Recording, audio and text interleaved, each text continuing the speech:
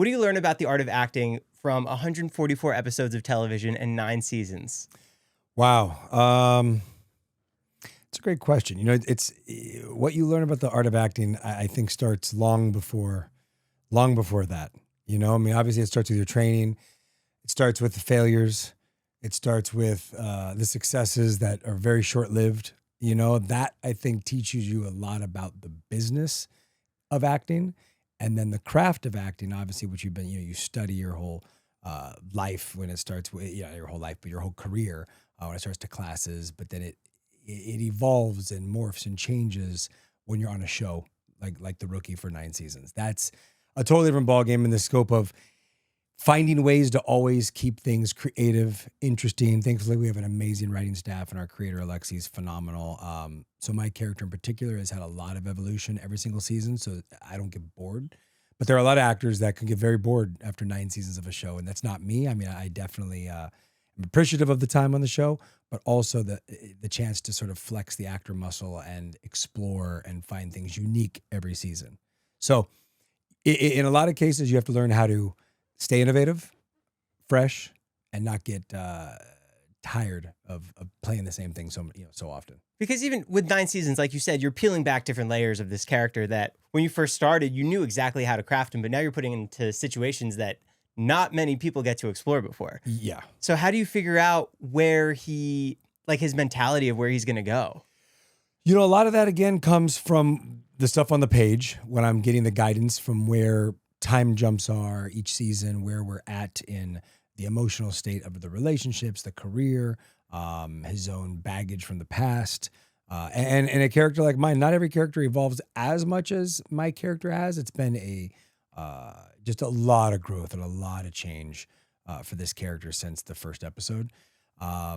So you have to keep track of a lot of things with a lot of questions as well, because we jump every season. It might seem like it's 9 straight years, but it's not.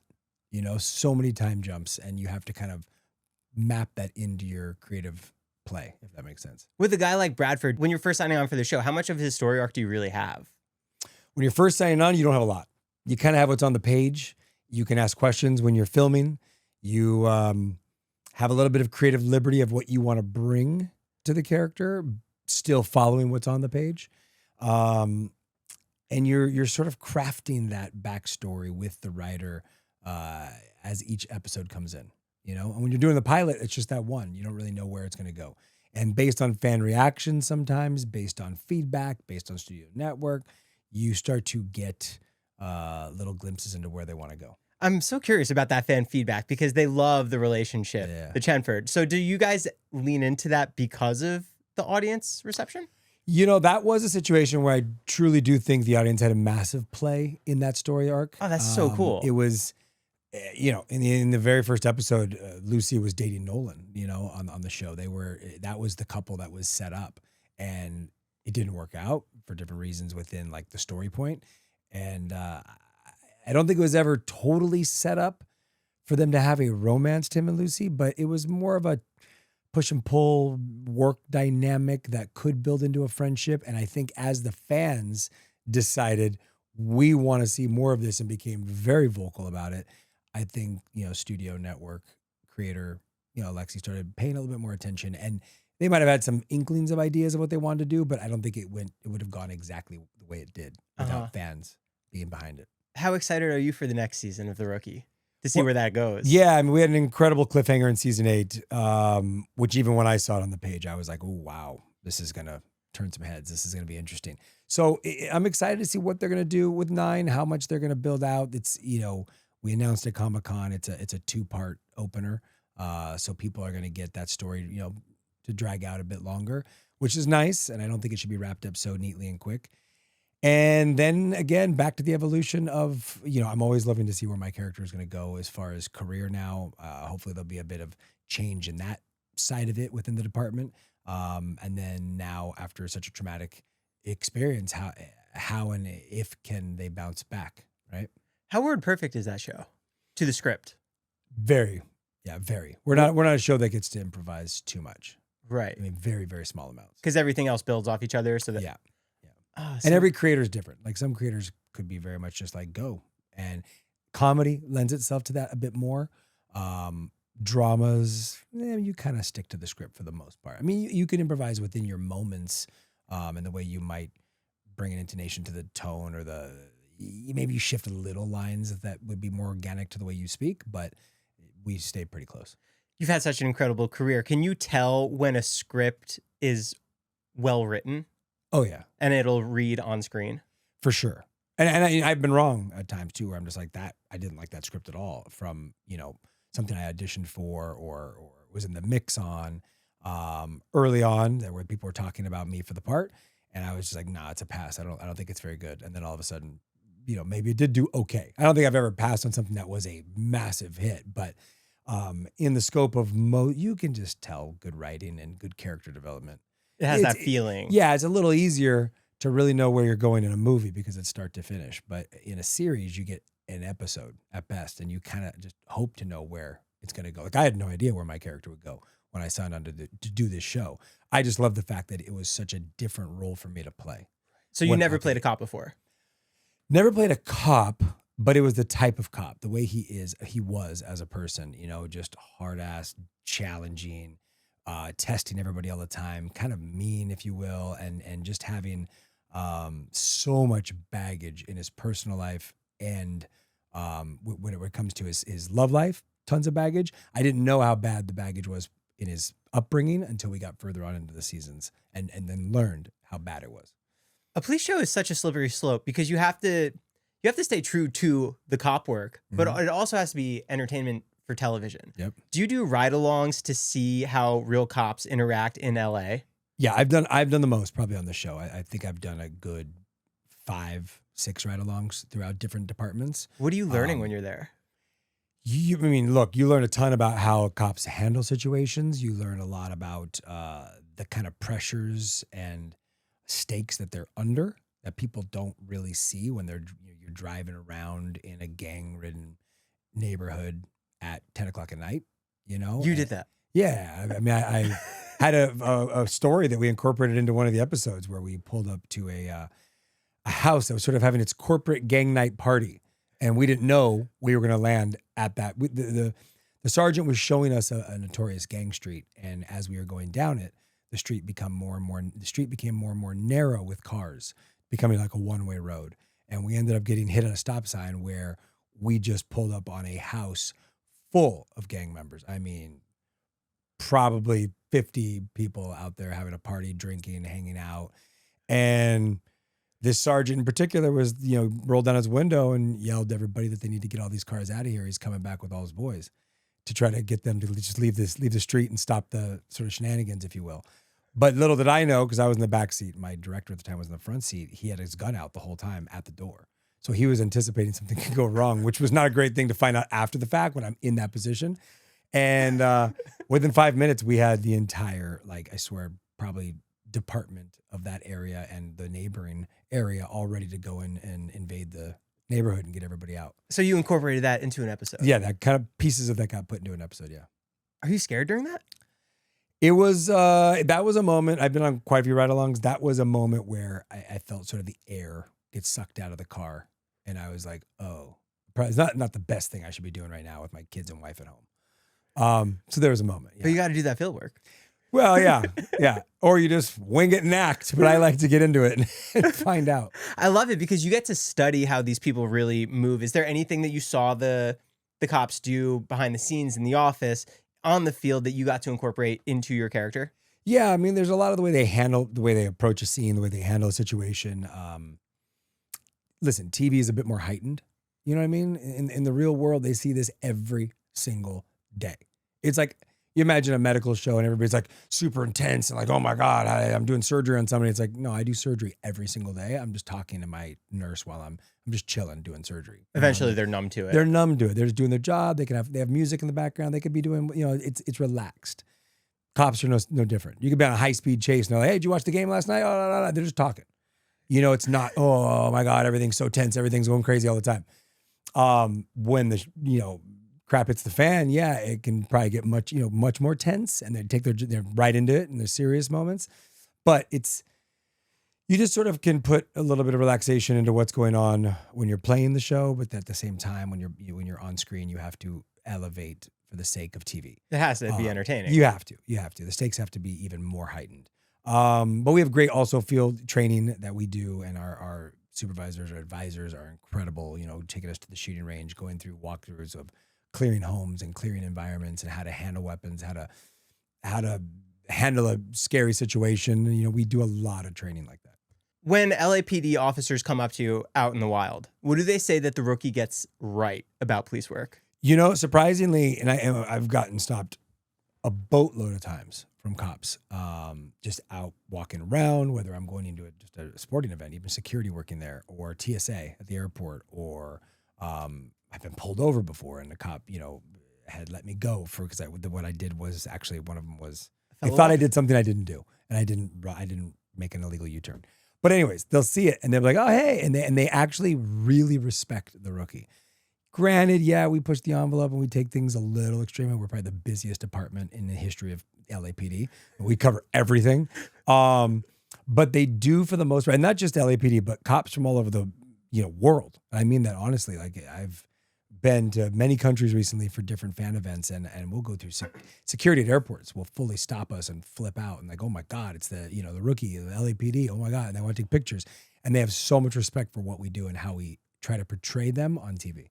Because there's a responsibility that you have to do for them. 100%. We want to make it look authentic, look real, and also we do a great job on our show of exposing the good, the bad, the ugly of being a police officer in high-stakes situations on the streets, and how things can go wrong, how you can have some bad seeds in a department, how you can have, why most people are trying to do the right thing all the time and make the best decision, and the toll it takes on someone being a police officer. People don't realize how difficult it is. I always joke, no one wants a cop until you need a cop. But if you're being robbed, who's the first person you want there? You want a police officer there. Like immediate, but you ran a red light. Yeah, I don't want a cop. I'm speeding. I don't want a cop. They're all mean. They're all stupid. You know what I mean? When you're in danger, the first person you want is a cop. You don't want a firefighter there. You don't want the neighbor there. You want a cop. And that's just, the difficulties of being a police officer. It's a job that is a bit thankless at times, Are there any action sequences that come to mind that was a really fun filming day? A bunch. We have so many. I would say, wow. I mean, I've had, some of the biggest fight choreography I've ever done in my career with massive, scale fights where it's going on for 5 minutes and, you're fighting, groups of individuals. Like that choreography is intense. I've, fought many people twice my size, which I would never win in real life, but like having to choreograph a fight that might go on in 4 different areas of a room and have to learn that dance because it's, one mistake and you can get popped. And I've been hit on accident, a couple times, and it sucks. It's not fun. Does that make the cut? Yeah, as long as you don't stop. Right. If you keep going, and I, the most recent fight I had was in a tight elevator and I got elbowed in the jaw, pretty solid. And the guy felt really bad and he wanted to stop, but it was kind of like we were in a grappling position. I just said, keep going. Because I wanted to get through it. I didn't want to do it again. But, so that made the cut. So there's a ton. We jump from cars. We do, our stunt coordinator has been nominated for 5 Emmys, I think. So it's an incredible group. What do you think is the most misunderstood thing that the audience doesn't realize about the rookie? Misunderstood? I don't know if there is a thing that is sort of misunderstood.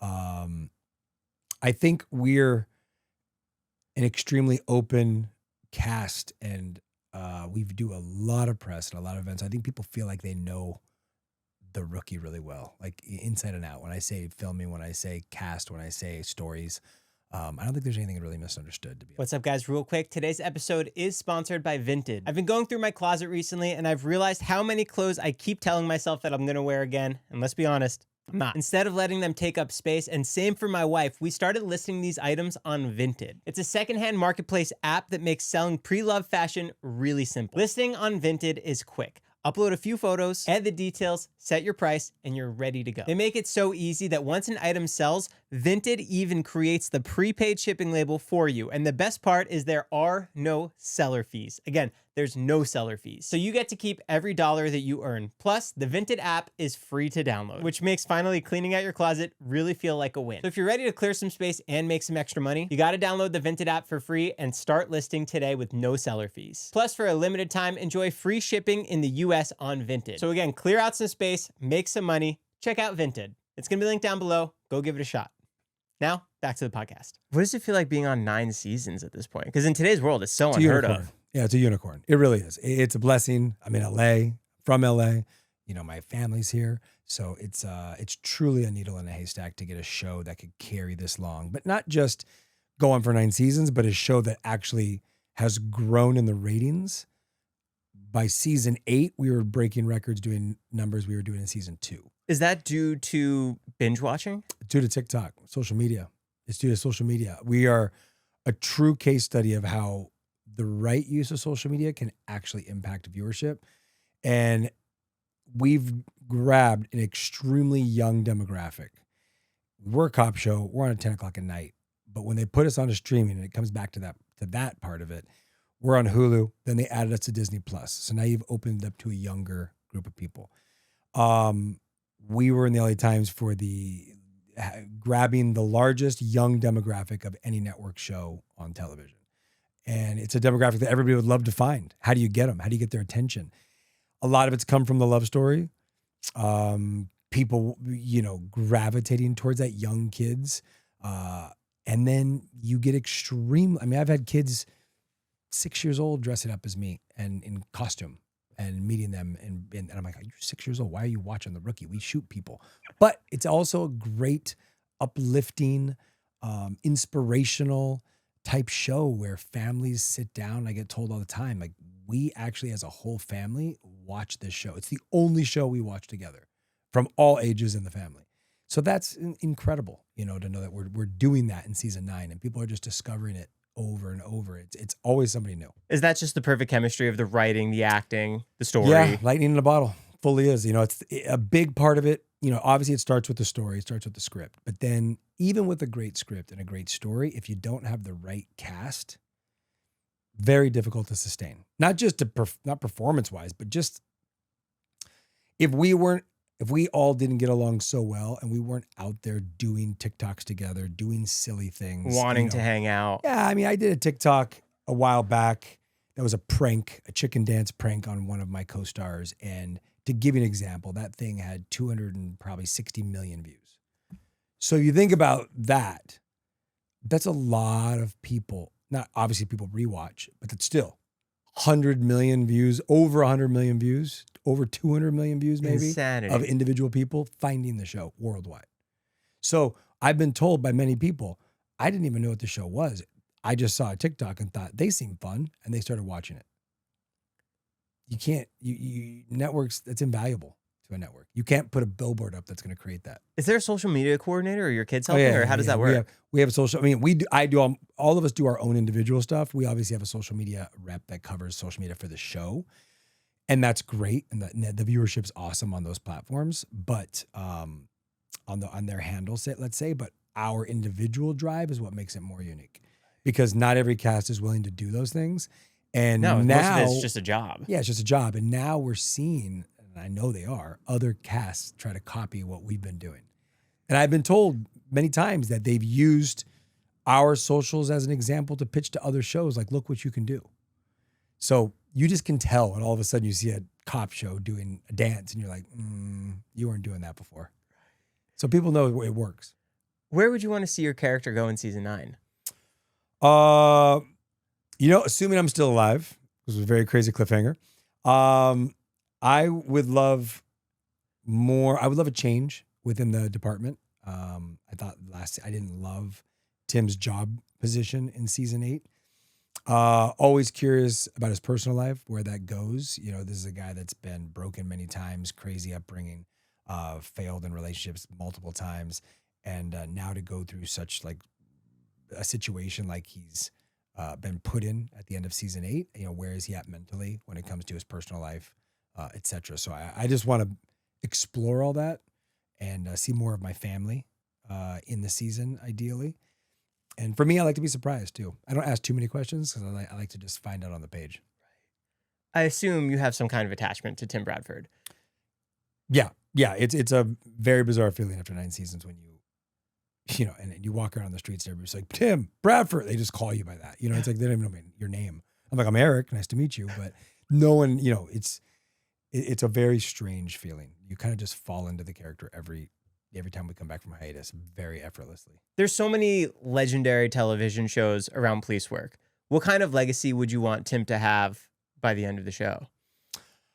I think that a guy who, when the deck has always been stacked up against him, he's found a way to overcome adversity, be an example, and inspire, even with tough love, some of the best people around him in the department, and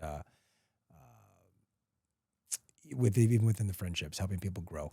He's overcome a lot, and I think that it shows what you can actually make happen. Right. How'd you first get into acting? I weird roundabout way. It wasn't typical. I didn't know I wanted to be an actor. I was at UCLA. I wanted to be a doctor. I was a pre-med student. Started dating a girl who I took a drama class for fun, but strictly for fun. I didn't care. It was just more for units. And met a girl who was like, you should be acting. You should be modeling. You should do something. And even me being from LA, I hadn't really crossed my mind. Really? Yeah. I just didn't care. It wasn't my direction. I wanted to be a doctor. And she's like, just take some pictures. I know you'll work. I know you'll work. Just give me the photos. And so I gave her some pictures, and she showed them to this guy who was a manager, and he was like, I'm going to help him get a modeling agent. And got me a modeling agent and said, I want to get him into more acting classes. Like, he's only taken one drama class. I said, all right, I'm along for the ride. I'll do a couple of things. Were you like half in, half out? Yeah. I was still fully in school. I was still at UCLA, and I was trying to juggle doing both. And I got very, very lucky and fortunate. Probably within a year of trying to model, I got a big Tommy Hilfiger campaign that sort of, when you get a big gig like that, it all of a sudden becomes a job now, like a real deal. And I was getting, asked to fly all over the world to shoot different campaigns, and I'm making more money than I ever thought I'd be making at 22 years old. And then I'm going to tell my parents, like, I'm not doing well in school. I'm not here enough. I'm always working. And luckily I was able to go back and graduate, but it took stepping away and going, all right, I need to take advantage of this for a bit. And I still didn't even fully take advantage of it the way I probably could have. I should have moved to New York right away as a model. That's where you need to be as an actor. It used to be LA as an actor, New York as a model. You had to be in those two places. Now the industry's changed completely. You can be almost anywhere and still work. And I didn't leave. I stayed here, and I still worked a ton, but you always wonder if you would have made the big move, the big switch when, the iron was hot, if it would have done something different within that career. But that transitioned me into more studying, more acting. And I eventually said, okay, I do a couple commercials, a couple breakout commercials that were big. And then let me just try to focus on acting and stop modeling. Was there much crossroads about going back to med school? You mean like, what do you mean crossroads? Because you finished school, but isn't med school 8 years, not 4? I didn't go to med school. I was undergrad still. Right. So were you thinking about going to med school? Yeah, no, I was done. At that point, there was no way. I changed. Yeah, I was a psychobio major, and I reduced it down to psychology because it was just easier to finish. Were you good at school? I was a good student in college. I wasn't great. I wasn't a great student in high school. I was fine. Like I had good grades, but I also took shortcuts. In college, I was like, no, I'm going to dial it in. I want to be focused. I want to work. But I always had to work extra hard. I wasn't like somebody that some of my friends, could memorize everything right away and just no big deal. I had to put in work. What field did you want to go into in med? Sports medicine is where I always thought I'd end up. Athletes? Yeah. What teams were you rooting for? I grew up here. So back then, Always Dodgers? Always Dodgers, always Lakers. I was a Raiders fan. We had them for a long time after, the Rams were here and they left. And then when the Raiders left, I became a Niners fan. And then just California? Just staying in California. And then I always swore if we got a team back, I would switch. And I went to the Rams when we got the Rams back. Have you been to SoFi? Funny enough, not for a Rams game. I just went to 2 World Cup games. Oh, wow. It's the first time I ever went to SoFi. Stadium's massive. It's incredible. It's amazing. I'm going to go this year for sure to a Rams game. Yeah, I'm sure they'll have Olympic stuff there too. Yeah, they will. Aren't they doing swimming or something? Because the stadium There's opens out. There's going to be so much stuff at that stadium, I'm sure. I'm sure we'll have soccer there again, and we'll have there's flag football, I think, is part of this World Cup. I mean, this Olympics. Oh, is it I really? don't know if it'll be there or they'll use the Coliseum, but yeah, they're going to use a bunch of places. Do you think the rookie would lean into any of the Olympic stuff? Keep it in real world? I don't know. We've done A lot. We've had Rams players on. You know, we did stuff with the Rams. We had Kike Hernandez on from the Dodgers. We did, you know, we've done crossover with sports, you know, quite a few times. So Yeah. there might be something that could tie into a story. What was your first big break? Outside of the modeling gig, that was the first modeling break. The first commercial big break was a Britney Spears Curious fragrance. And then I would say my first break as an actor would have been my first pilot, which was very short-lived, and it came and went. We got to series, but it got canceled in 2 episodes, and it was with Hugh Jackman and Melanie Griffith. It was the first time a movie star had ever done TV. And that was with Hugh. That was a Hugh. Hugh's done, you know, committed to 8 episodes. He was producing it, and it was for CBS. Oh, wow. And they just stopped it after 2. 2 episodes. Yeah. This is back way before streaming. This is when every, you know, numbers on TV really, really mattered. And we still did good numbers, but it wasn't CSI type numbers. So CBS was like, they're out. And then I had a couple movies. It's just been like a break in the moment of something that was big in my career, and then always ups and downs. And, you know, The Rookie's been probably the biggest trajectory point of a TV or a film that took on this kind of viewership. After stepping into soaps, comedies, action, has your definition of a great actor changed? Yeah, to me, there's so many aspects to what makes an actor great. You know, it's, you know, there are very few, I think, that can tackle all genres, all mediums of acting and do it incredibly well. Like some of the best dramatic actors out there, Oscar winners, couldn't tackle a comedy. Comedy to me is one of the hardest things to possibly do. I think it's way more difficult to make someone genuinely laugh than to make someone genuinely cry. To take a line and make it funny. Oh, so it's the hardest thing ever. I mean, really, like think about if you were to watch something, I think it's much easier to trigger the emotion that I feel sad or I'm emotionally caught up to where I want to cry versus someone making you laugh so hard that you want to cry. Like if you think about the best comedies you ever saw where you're like, I was laughing out loud and it's the best adrenaline rush, you know, that is a gift that, you know, I can do comedy, but not like that. You know, I'm not that kind of an actor. But the ones who can really do it and jump back and forth between great drama and great comedy, geniuses. One of my favorite pieces of your work that I happened to watch a month before we even had this podcast on the books, The Ugly Truth. Oh, yeah. What was it like filming that movie? But I had a blast. With the two of them. It was so fun. Robert Luketic, who directed it, was fantastic. It was, I love a good rom-com, and that was an R-rated raunchy rom-com, so it made it even more fun to be a part of. You know, it had its funny, sappy moments, but then it had its great, just raunchy, good comedy. That was a big break for me in the scope of films. Like that was a big movie at the time when it came out, and one that, you know, I always remember just busting my butt to try to feel the best I could be, look the best I could be for that particular role.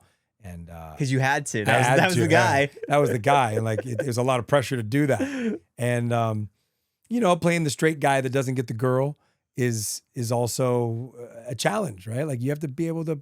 Playing the straight guy isn't always easy either. Like you want to be the one that has the snarky comments or the comebacks or the jokes. Like Gerard's character is amazing in that movie. So funny.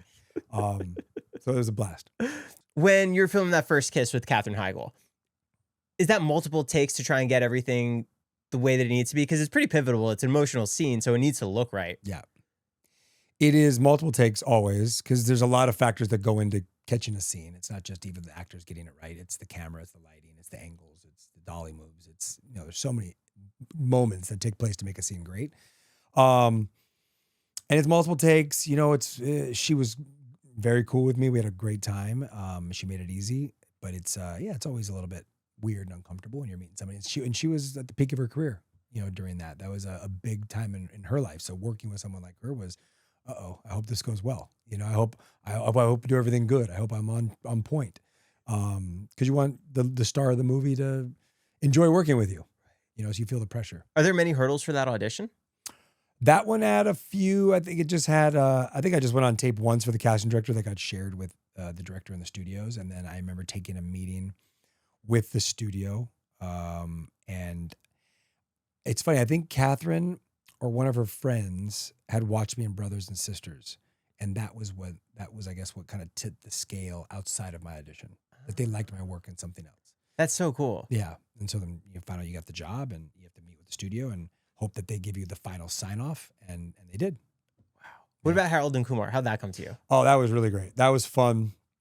And a weird story behind that is my manager's name is Colton Graham, and my character is Colton Graham. And my manager is good friends with one of the producers. And when they were filming the first Harold and Kumar, he went to visit his buddy, who was the producer, on set. And the writers were like, oh my God, Colton Graham, what a great douchebag name. If we ever do a douchebag in another movie, we're going to take that name.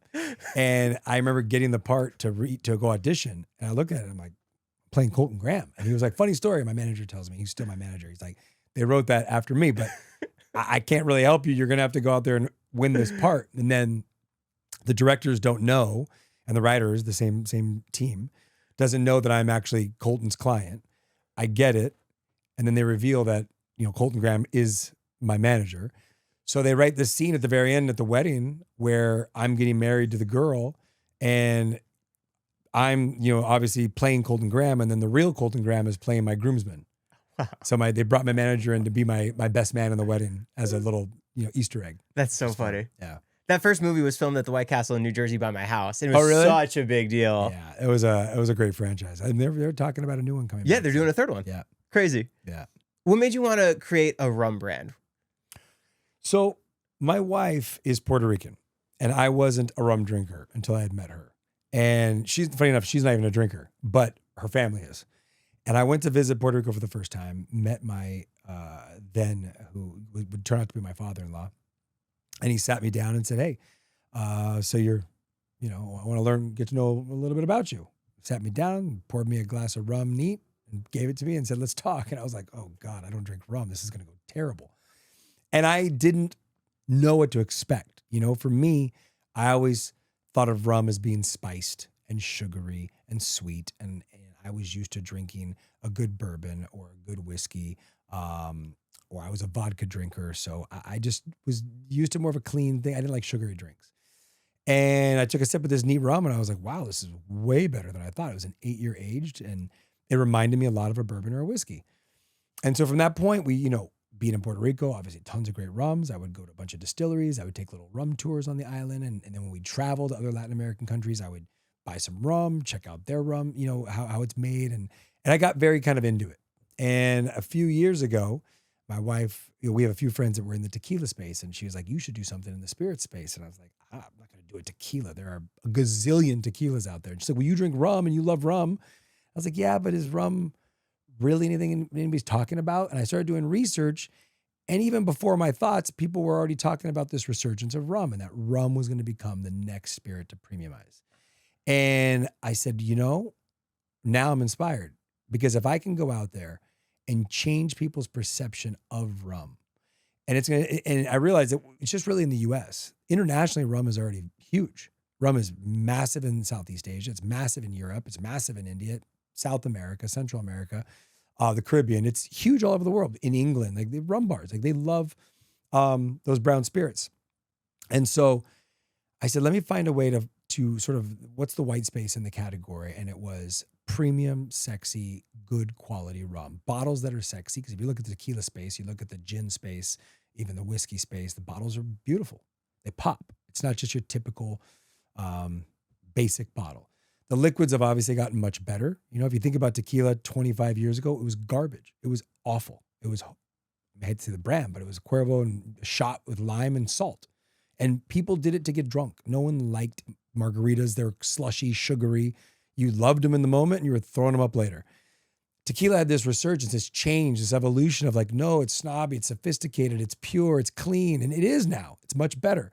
So rum is starting to have that moment, has been having that moment, I should say, for a little while. And now it's picking up speed. And people are getting tired of the same old thing, right? Tequila has sort of dominated a lot of the spirits categories, even outside of celebrity brands. And I think the consumer wants something different. They want to try different things, and they're open to it if it's quality.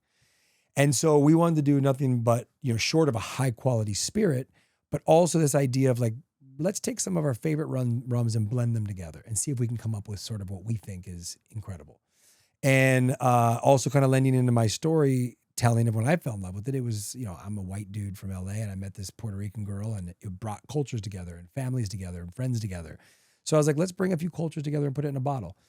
We had an amazing master distiller, came up with a beautiful blend of our 8-year aged.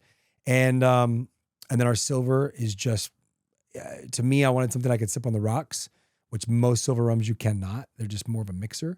We nailed it with our silver. I mean, we won so many awards with both, but the silver has really shocked so many people because they just don't see it as a sipping rum. And you can see with our amazing new bottles, we wanted to change the complete look of the category. And I think we did it. I mean, that's been one of the number one compliments is that bottle is gorgeous and I would use it as a vase. I would use it as whatever. And that's, if you think about it, rum is a very old heritage, dark, dusty bottle type category. It's bats, it's pirates, it just feels old. And now this is the type of bottle people look at and go, is that a tequila? Is that a bourbon? What is that? Is that a gin? And then they find out it's rum. Rum, I didn't think of rum like that. I didn't think it was cool. Turns out people love it. Now they're mixing it. You know, you can mix it with many different cocktails that are tequila cocktails. You just replace it with rum. Same with vodka cocktails. How involved in the tasting and the development are you? Super. I mean, this is like my baby. I've been super involved since the very beginning, like hands-on. It's, I've always been fascinated with business and as an investor and as somebody who's been trying to start things, and I failed at so many different things. It's very similar to acting. It's like being an entrepreneur is a rough gig, you know, and not many make it. But if you can be the one that hits it, it can be great. And it takes a lot of passion, a lot of commitment, and not taking no for an answer. And yeah, from the get-go, it's been an inspiration. I've learned so much from the team I've assembled, the people we've put on the board, and just even how to raise money. It's a whole different beast. So as far as the contents, there's not as much sugar as other rums? No, I mean, rum is all sourced from sugarcane, right? But when you distill it, you burn out a lot of the sugars. Like tequila is sourced from agave, which is a starch. It's a sweetener. If you don't burn it out, you're going to have a ton of sugar in tequila. Vodka's potatoes or grapes, tons of sugar. Like it's how, once it's distilled, that sugar gets burned off for the most part. Now, can it have a hint more sweetness to it in its texture and its quality because it comes from sugarcane? Yeah. Bourbon and whiskey, you know, rye, you know, it can come from different areas as well. That can give you flavors. Now we age ours in sherry casks. That brings other notes and flavors. A little bit more sugars from the barrel come into it too. Silver obviously is not aged, so it doesn't have that added touch. But there is the difference of like our rum, say rums you might know, is we don't add any sugar. There's no added spice. We're not trying to give you a sweetened or spiced rum. Because that's where you wake up with that hangover the next day. That's what causes the hangover. It's not rum. It's the sugary drinks. It's the sugary drinks. access. And that's why tequila, I say, has had this evolution. You used to have the same problem with tequila back in the day. If it's a bad tequila, if it's not good, if they have too many additives in it, or you're mixing it with slushy, sugary mixers, you're going to be sick. Rum's no different. Vodka's no different. So when you drink ours neat on the rocks, you won't have a hangover. You're not going to have it. Same thing if you, like, we're leaning very heavily into low sugar cocktails on our recent sort of push and our relaunch with this bottle. We're using date syrup in our old fashions. You know, we're using agave in our palomas. We're using maple syrup in our sort of riff on a daiquiri. So even though you're adding a little bit, 3 ingredients: maple sugar, or maple syrup, lime, rum, strawberries, fresh strawberries. And that's the drink. And you mix it up and you got a real sort of naturally flavored strawberry daiquiri if you're looking for a cocktail. And it kind of goes back to where I think even tequila had one of its biggest booms, was when people started discovering the skinny margarita. It's like, okay, I don't need to add a bunch of extra simple syrup to this. I can just do lime, a little agave, enjoy the spirit. And it's more spirit forward. And I can actually taste what I'm drinking. This is kind of like that idea. Right. And if anyone wants to try it, they can get it at palmrepublicrum.com. Yep. If somebody wanted to try it, what's the first cocktail you would recommend they would make?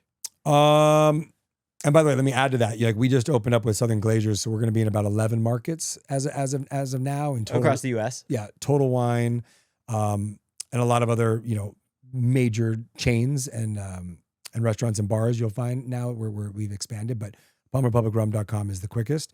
The first thing I would say, if you're a vodka type drinker, I like to use this analogy because people are very specific with their spirits. I'm a tequila drinker. I'm a vodka drinker. Okay.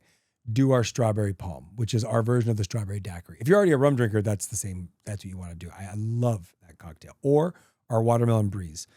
Both of them, just either fresh strawberries or fresh watermelon. Both of them, just lime. And one has agave syrup, a little bit, not a lot. And the other one has maple syrup, a little bit. That's it. There's nothing else added to it. So those are my two favorites with the silver. With the aged, an old fashioned, like I'm a big old fashioned guy. That's one of my favorite cocktails. So our old fashioned stands up to any bourbon or whiskey old fashioned for sure. So if you're that type of a drinker, give the aged rum a shot. Or on the rocks, even on the rocks with a squirt of lime, which is how I used to drink my vodka. Where's it sourced from? So our age is Panama, Jamaica, USVI, and our silver is USVI, Jamaica. What's USVI? Virgin Islands. Oh, Virgin Islands, yeah. And then Jamaica, what's cool about that is Jamaica, they actually pot still their rums, so it gives what's called a funk to it. It's what they're known for in Jamaican rum. So when you get our rum, you get a bit of that uniqueness of what Jamaican rum brings blended in with the sort of clean freshness of the USVI. What's the most surprising thing that other rums were doing that you did not want to do with Palm Republic? The most surprising thing I would say is leaning into the typical rum nature. I didn't want to do that. And I say that with respect. Like, I love the tiki world. I'm all about it. Drink rum. You want to be in the tiki business with tiki cocktails? Definitely our rum goes great. But the more niche you are, the harder it is to break. And I think we wanted to not follow suit as this is a rum that has to be mixed. We're a rum that's sourced to be sipped. We really want people to lean into the fact that you don't need anything more than just the rum. You can have it neat if that's how you drink, or on the rocks. That's also a preference for a lot of people. You know, some people are like, oh, I want to just try it as is. Do you drink anything neat? Because if you've never had alcohol neat, that's a whole other ballgame for anybody, for any type of spirit. But I'm a rocks drinker. Like, I'll try things neat because I want to get the initial taste, but it's not how I enjoy it. You know, I enjoy on the rocks. Where do you spend your free time? Free time is always, I have 2 kids, so it's family and kids. That's 99% of my free time. What are they into? Like, what's their... My daughter plays competitive tennis, so she plays juniors. She's about to go travel for a few weeks to go to the Dominican Republic and Georgia for some tournaments. And my son plays soccer a lot, and he's starting to get a little bit into tennis. He's 8, so I want him to try basketball. I want him to do more stuff. Do your kids ever watch your show? No, neither one of them. How come? I think they think it's weird. They think it's weird Dad's to see on me TV? on screen. Yeah, my daughter's at that sweet spot of an age where she's 14, almost 15, and that is probably one of our biggest demographics right now. So like all her friends at school watch the show. She knows everything about the show. She gets sent my TikToks by her friends. Like, she knows too much about the show, but she's never watched it. She's tried once. She's like, I can't watch this. Right. You're just dad. This is crazy. Separation. Yeah. Do you ever take anything from set? Anything you want to save? I've taken little wardrobe things that I've gotten permission for, and then a couple little keepsakes, some things I might find on a desk that I think are fun, some LAPD type things. Can we fire through some fan questions? Sure. Would you ever want to play a Marvel character, and if so, which one? Yeah, it'd be great. Which one? I'm actually not super versed in the Marvel world. But just to step into that universe would be crazy. Yeah, just to step into that universe. And then most of the ones I know, characters are all taken. So I'd have to really dive to see who's available. Right. Would you see a Comic-Con? Because you were just there. Yeah. Who did I see? Yeah. Did you see any other No, panels? we just did our panel. Our panel was, our day was basically, I got there early, back to back press, and we were just flying through. Didn't get to really interact or, see much. Easily my favorite character on The Rookie by a mile. He's just so cool. Tell him thank you for being awesome. Appreciate that. Will we see Tim interact with his future in-laws in season 9? I think it'd be great to see Tim interact with in-laws, again, his own family, everybody. I love family dynamics and bringing in anything we can that is involved in our lives outside of the job. So I hope we get stuff like that. What will come from Lucy's parents who don't like that she's a cop or cops in general, find out their daughter is marrying a cop and ex-military man? I mean, I think it would create a lot of fun drama and awkwardness. That's what I would believe. I can't imagine it to be smooth and simple. Have you ever considered auditioning for the new live-action G.I. Joe movie? I have not been approached to audition for that. I wonder if I'm getting a little too old for G.I. Joe. Maybe not. But I haven't been approached about that one yet. And sometimes it's hard when you're on a show because of the timing. Right. How often are you auditioning now? I'll go through my hiatus and try to find things in that off time. Yeah, if I'm really passionate about it, obviously I'll audition if it's something that they want. If I get an offer on something, great as well. And sometimes I still say no because I only have about 3 months. So I need to be really passionate about it to go straight to work onto something else and have less time with the family. So, it makes it easy if it's over summer and my family can go with me. But yeah, I mean, things do come up and I'm busy in between. The Rookie is one of those rare shows where it has a lot of episodes and films so quickly. Because in the past 9 seasons, when did it first come out? 2018? Yeah, I believe so.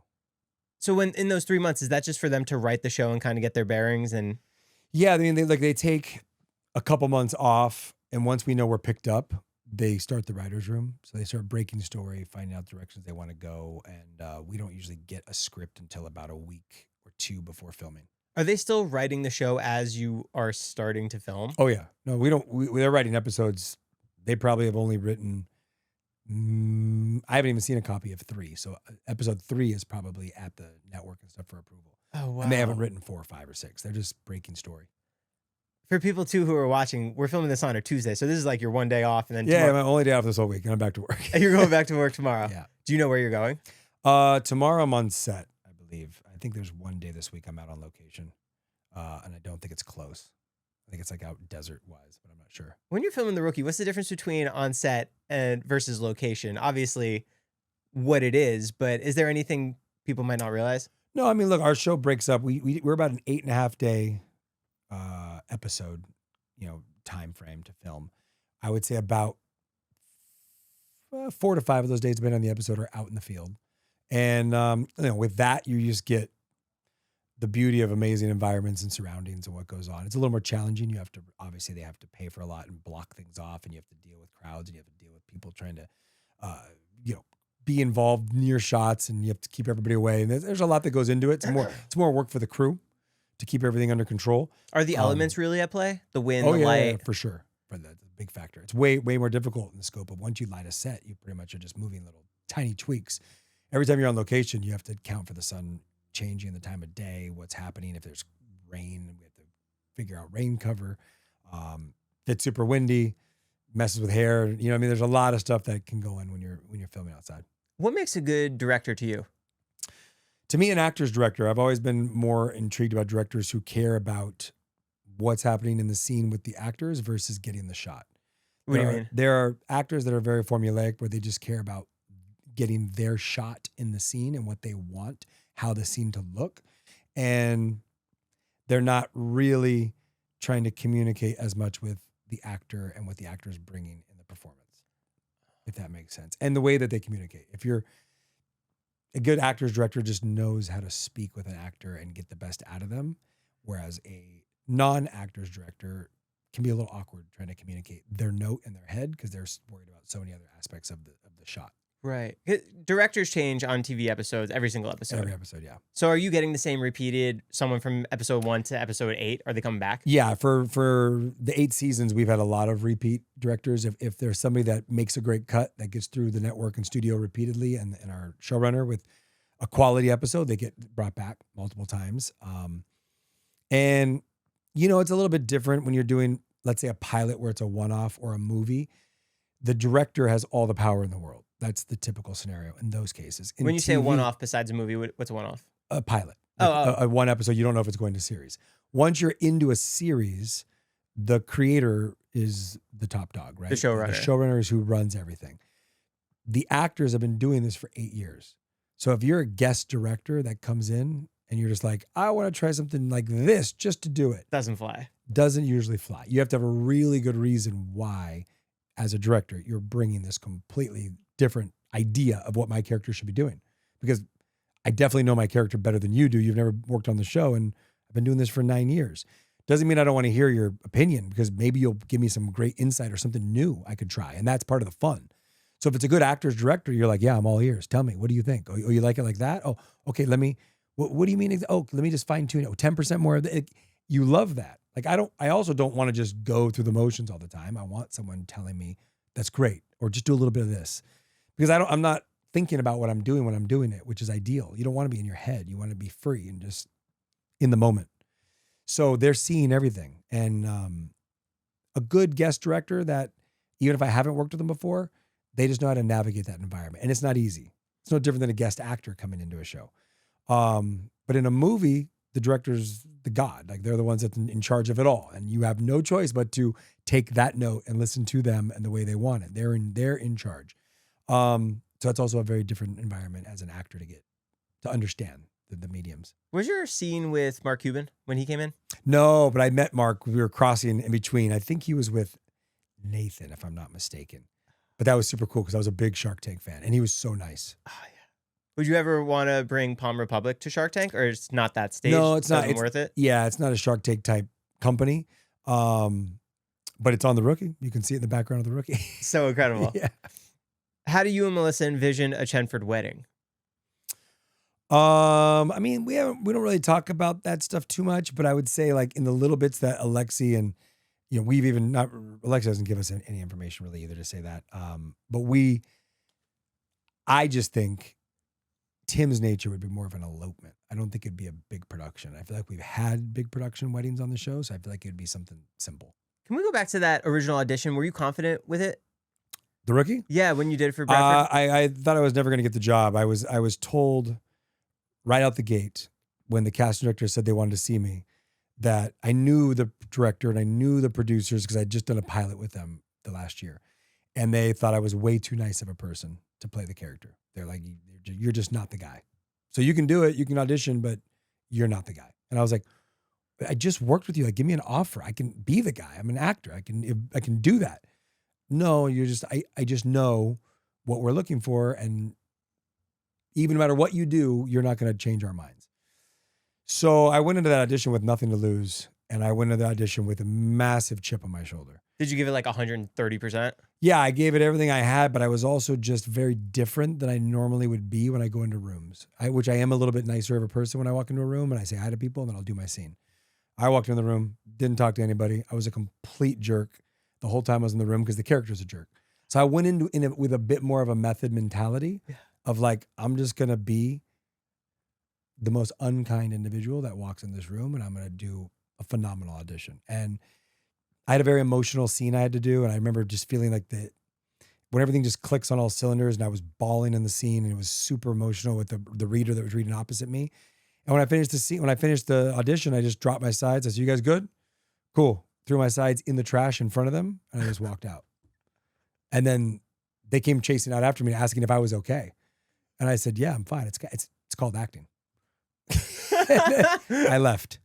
And that's incredible. Thankfully, Alexi just loved my audition. And he and I had never met. And he was just, that's my guy. And then I still had to jump through a bunch of hurdles to prove to everybody else, the studio, the network, everybody else that I could be the guy. Right. So I had him in my corner at least, which was great. This has been incredible getting to talk to you. Yeah, thank you. Thanks so much for making the time. Absolutely. If you guys want to try palmrepublicrum.com, order it there. The Rookie Season 9, January 2027. January 2027, yep. ABC. Binge it everywhere. Catch up. Right. Awesome. Thanks so much for coming by. Thank you. Cool. See you guys. That was great.